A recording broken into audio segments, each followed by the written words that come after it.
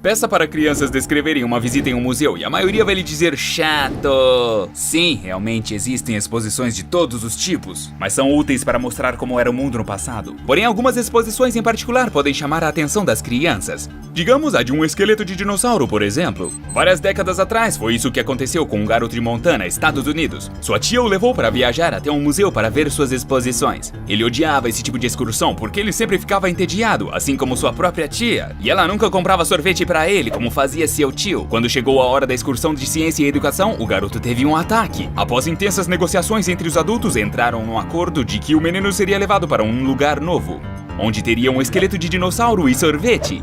O garoto gostou muito desse passeio. Ele viu os restos fossilizados de um dinossauro antigo ao lado de seu ninho. Sua tia estava brava e dizendo que já era hora de ir, mas o menino nem prestou atenção. Afinal, o menino foi tão capturado pelo estudo dos dinossauros que ele escolheu esse ofício para a sua vida. Ele passou vários anos estudando e se tornou um paleontólogo. Durante certa expedição, seu grupo descobriu os restos de um maiasauro. O cientista ficou em choque, o que surpreendeu seus colegas. De fato, ele já tinha visto aquele esqueleto antes, em sua infância, naquele museu. Depois que os ossos foram totalmente limpos, o paleontologista expressou seu pesar por não terem achado nenhum ninho com ovos do animal nas proximidades, uma vez que os maiasauros são considerados um dos pais mais cuidadosos do mundo dos antigos lagartos. Naquele momento, o paleontólogo de repente se lembrou das palavras do livro de Jeremias que sua tia havia lido na época da exposição do museu. E logo em seguida, um rugido monstruoso foi ouvido perto do local da escavação. Ninguém foi capaz de determinar por exemplo, tenho um som, então eles não deram muita importância. Começou uma tempestade, mas os cientistas não podiam mais simplesmente ignorar o que estava acontecendo. Era o SCP-3637 que estava bem na frente deles.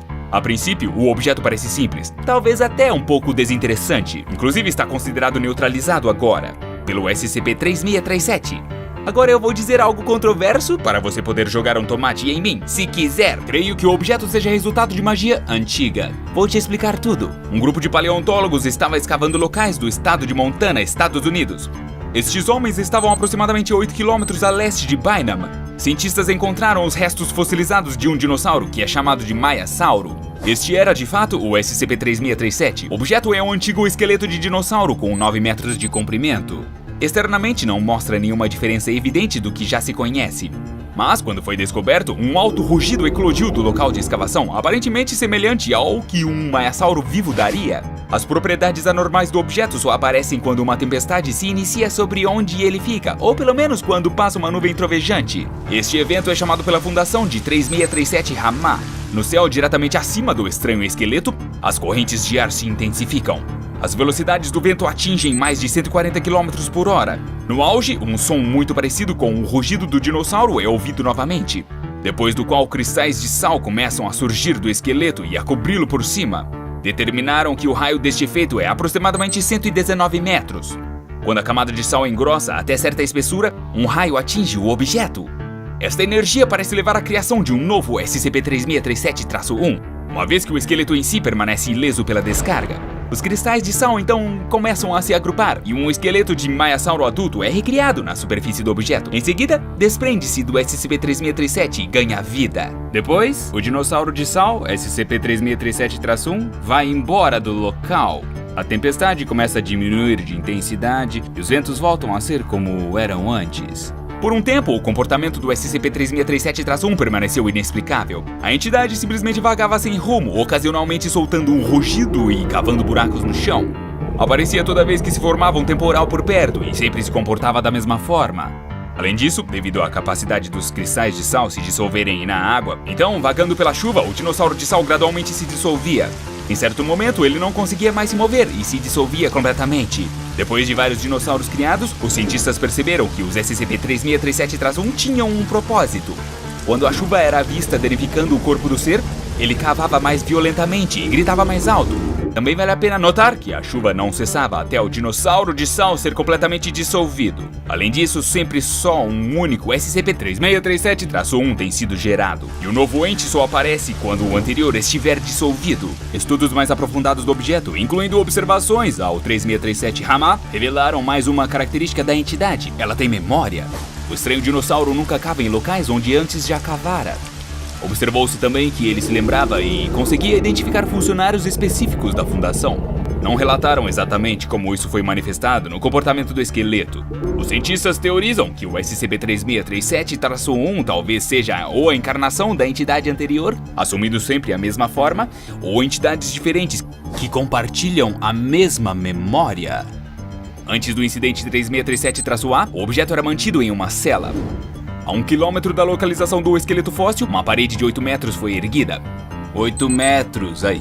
E ao longo de seu perímetro, guardas ficavam posicionados, a 200 metros um do outro. No caso de uma tentativa de violação de contenção, deveriam acionar poderosos canhões de água no SCP-3637-1. A prática, porém, revelou que tais medidas de proteção eram, na verdade, ineficazes para deter o objeto. Nos paleontólogos que inicialmente descobriram a anomalia, naturalmente administraram amnésicos para limpar suas memórias. Contudo, seu trabalho foi continuado pela equipe da Fundação SCP.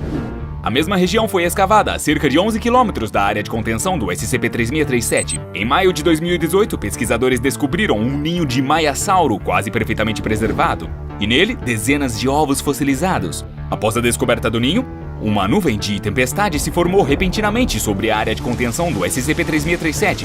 Embora o clima do local estivesse ensolarado, como já descrito antes, o dinossauro de sal se pôs de pé. Ele queria derrubar o muro, mas foi impedido com canhões de água. Então a criatura de repente extraiu sal do solo abaixo de seus pés e cresceu até 15 metros. Assim se observou que a parede e a água foram inúteis contra o monstro.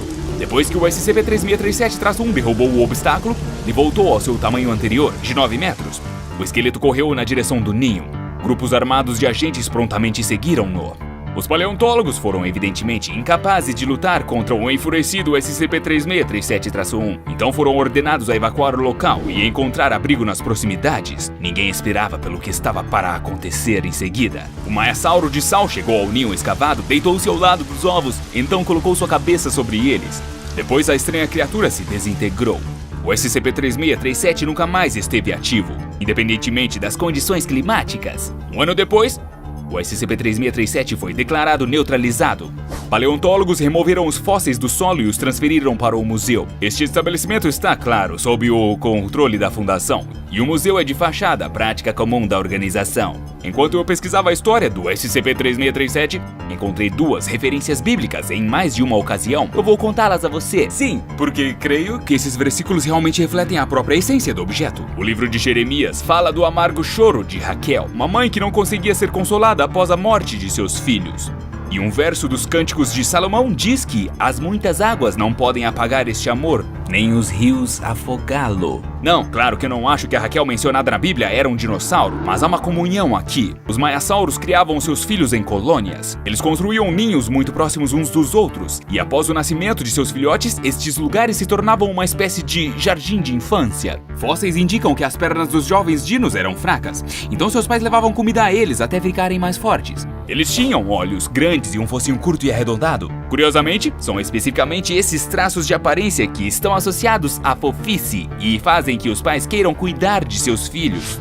Então agora conectemos o SCP-3637, as escrituras e os maiasauros tudo junto. Neste momento, você já entendeu que estamos falando de amor materno. Eu pessoalmente não consigo imaginar uma pessoa ou uma organização que programaria artificialmente um esqueleto de dinossauro para procurar seu lote perdido de ovos. Quanto à possibilidade de um dinossauro experimentar sentimentos de amor, também tenho dúvidas. Mas novamente, toda mãe, seja uma pessoa ou outro animal, certamente está pronta para proteger seus filhos, mesmo ao custo de sua própria vida. Este instinto é, sem dúvida, o mais antigo e universal em todos os organismos. E é por isso que eu pensei sobre magia. Todos esses objetos anômalos, mesmo os que são considerados divinos, foram de alguma forma criados com a ajuda de uma força elementar. Portanto, acredito que essa força fundamental também fez existir o ser SCP-3637. Parece que a mãe dinossauro estava tão desesperadamente tentando salvar sua prole que a própria antiga força se moveu em sua direção, dando a Maiasaura um tipo de imortalidade, para que o animal pudesse um dia retornar aos seus filhos. Ou talvez isso seja apenas uma piada. Na minha versão sobre a origem do objeto, tudo se encaixa bem, mas ainda assim é difícil de se comprovar. O que você acha da história? O SCP-3637 realmente tem relação com o antigo poder do amor materno?